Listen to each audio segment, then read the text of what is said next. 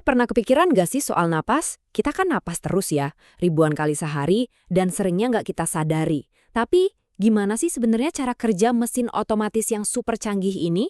Mesin yang bikin kita tetap hidup? Yuk, kita bareng-bareng telusuri perjalanannya yang keren banget ini. Oke, ini dia peta perjalanan kita hari ini. Pertama, kita bakal jawab pertanyaan, kenapa sih kita harus napas? Terus kita ikuti jejak udara sampai ke paru-paru. Lihat gimana mesinnya bekerja. Dan terakhir, kita cari tahu apa yang terjadi kalau sistem ini, lagi error. Siap? Yuk kita mulai. Oke, bagian pertama. Kenapa kita bernapas? Jawabannya, jujur aja, simple. Energi. Gini deh, setiap sel di tubuh kita itu butuh bensin buat kerja. Nah, pernapasan inilah kuncinya. Jadi, pertanyaannya, gimana tubuh kita bisa dapat bensin ini? Jawabannya ada di sebuah sistem yang, luar biasa banget kerjanya, nggak pernah berhenti. Sistem inilah yang kita kenal sebagai sistem pernapasan. Misinya jelas banget. 1. Ambil oksigen yang kita butuhin. 2. Buang sampahnya, yaitu karbon dioksida. Coba dibayangin ini kayak siklus yang sempurna. Jadi kita hirup oksigen ya kan? Oksigen itu langsung masuk ke darah. Terus diantar ke sel-sel tubuh kita buat jadi energi. Nah, sebagai gantinya, sel-sel ini ngasih sampah karbon dioksida ke darah yang terus kita hembuskan keluar. Simpel kan? Siklus inilah yang bikin kita semua hidup. Oke, sekarang bagian yang seru nih. Yuk kita jadi detektif dan ikuti perjalanan satu tarikan napas. Kita bakal telusuri jalurnya mulai dari hidung sampai jauh ke dalam paru-paru. Perhentian pertama, hidung. Ini kayak pos satpam pertama gitu. Udaranya disaring, dihangatkan, biar nyaman. Lanjut, udara lewat faring. Ini persimpangan yang rame, tempat jalur udara dan makanan ketemu. Habis itu ada laring, si penjaga gerbang yang juga jadi kotak suara kita. Dari situ udara meluncur turun lewat trakea. Ini jalan tolnya. Di ujung jalan tol ada percabangan jadi 2 bronkus. Satu ke paru-paru kanan, satu ke kiri. Dan sampailah kita di tujuan utama, paru-paru. Nah, disinilah semua aksi penting terjadi. Tempat di mana keajaiban pernapasan yang sesungguhnya berlangsung.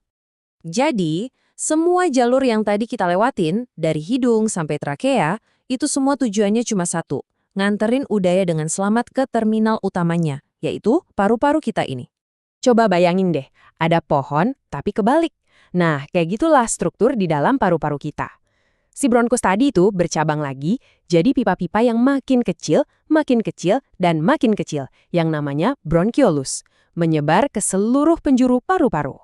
Nah, di ujung cabang-cabang paling kecil tadi, ada yang namanya alveolus. Ini tuh kantong-kantong udara super mungil.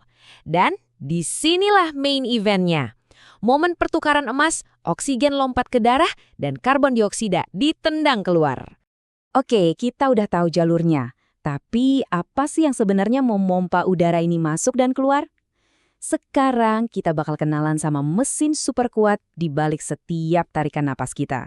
Dan inilah dia, pahlawan tanpa tanda jasa dalam dunia pernapasan. Diafragma. Otot gede berbentuk kubah ini letaknya persis di bawah paru-paru. Dan dialah yang ngerjain sebagian besar tugas berat ini. Gini nih, cara kerjanya keren banget. Waktu kita tarik nafas, diafragma itu kontraksi, terus gerak ke bawah. Gerakan ini bikin rongga dada jadi lebih besar. Kayak ada ruang vakum gitu yang bikin paru-paru ngembang dan nyedot udara masuk.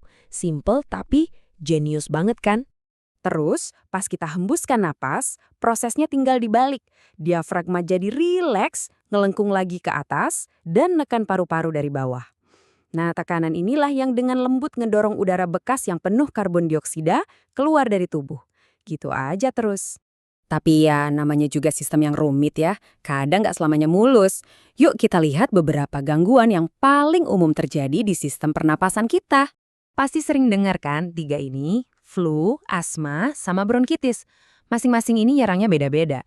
Flu itu infeksi virus yang bikin hidung mampet. Asma itu karena saluran udaranya menyempit. Kalau bronkitis itu peradangan di bronkus. Tapi selain yang umum-umum tadi, ada nih satu infeksi bakteri yang jauh lebih serius dan menular, yang target utamanya itu paru-paru. Namanya tuberkulosis, atau biasa kita sebut TBC. Nah, beda sama flu yang penyebabnya virus, TBC ini disebabkan oleh bakteri. Bakteri ini secara khusus menyerang dan ngerusak jaringan paru-paru kita. Akibatnya, penyakit yang serius banget. Ada 3 hal penting yang perlu kita tahu soal TBC. Pertama, penyebabnya bakteri, bukan virus. Kedua, yang bikin ini bahaya banget, infeksinya bisa nyebar dari paru-paru ke bagian tubuh lain loh, bisa ke tulang, bahkan ke sistem saraf. Dan yang ketiga, cara nularnya itu lewat udara, misalnya dari percikan batuk atau bersin, makanya gampang banget nyebar.